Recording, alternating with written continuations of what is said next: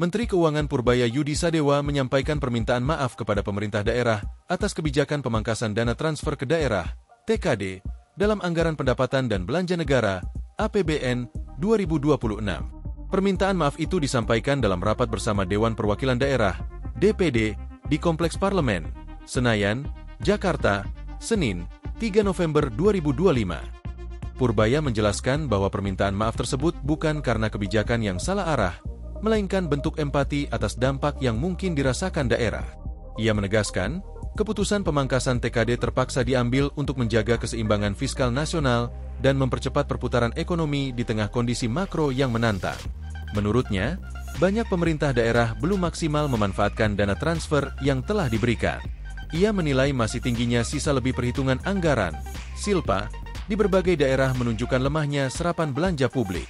Kondisi itu, kata dia, membuat uang negara mengendap tanpa memberi efek nyata terhadap ekonomi.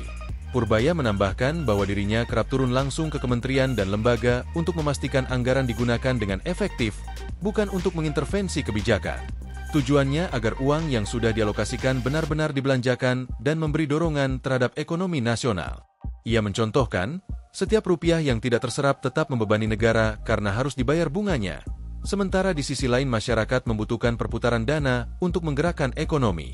Kementerian Keuangan mencatat, nilai TKD pada 2026 turun menjadi Rp692,6 triliun dari Rp919,87 triliun pada 2025, atau rata-rata pemangkasan 20-30% di tingkat provinsi.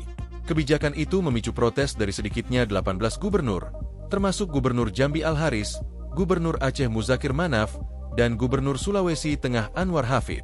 Meski mendapat penolakan, Purbaya tetap melanjutkan kebijakan tersebut dengan alasan menyelamatkan fiskal negara agar tetap sehat dan berkelanjutan. Ia menyebut, apabila kondisi ekonomi membaik, pemerintah pusat masih membuka peluang untuk menambah alokasi dana transfer bagi daerah di tahun berikutnya. Direstui Prabowo. Purbaya juga menegaskan bahwa seluruh langkahnya mendapat restu penuh dari Presiden Prabowo Subianto.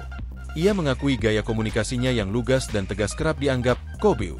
Namun hal itu, menurutnya, sejalan dengan arahan Presiden agar ia berani mengambil keputusan besar demi perbaikan ekonomi nasional. Purbaya bahkan menyebut, dalam beberapa situasi, Prabowo memberi isyarat khusus saat mendengar usulan kebijakan yang tidak rasional, tanda baginya untuk tampil dan menyanggah ide tersebut secara langsung. Hal itu menunjukkan, kebijakan fiskal yang kini dijalankan merupakan hasil koordinasi dan kesepahaman antara Kementerian Keuangan dan Presiden. Download Tribun X sekarang, menghadirkan lokal menjadi Indonesia.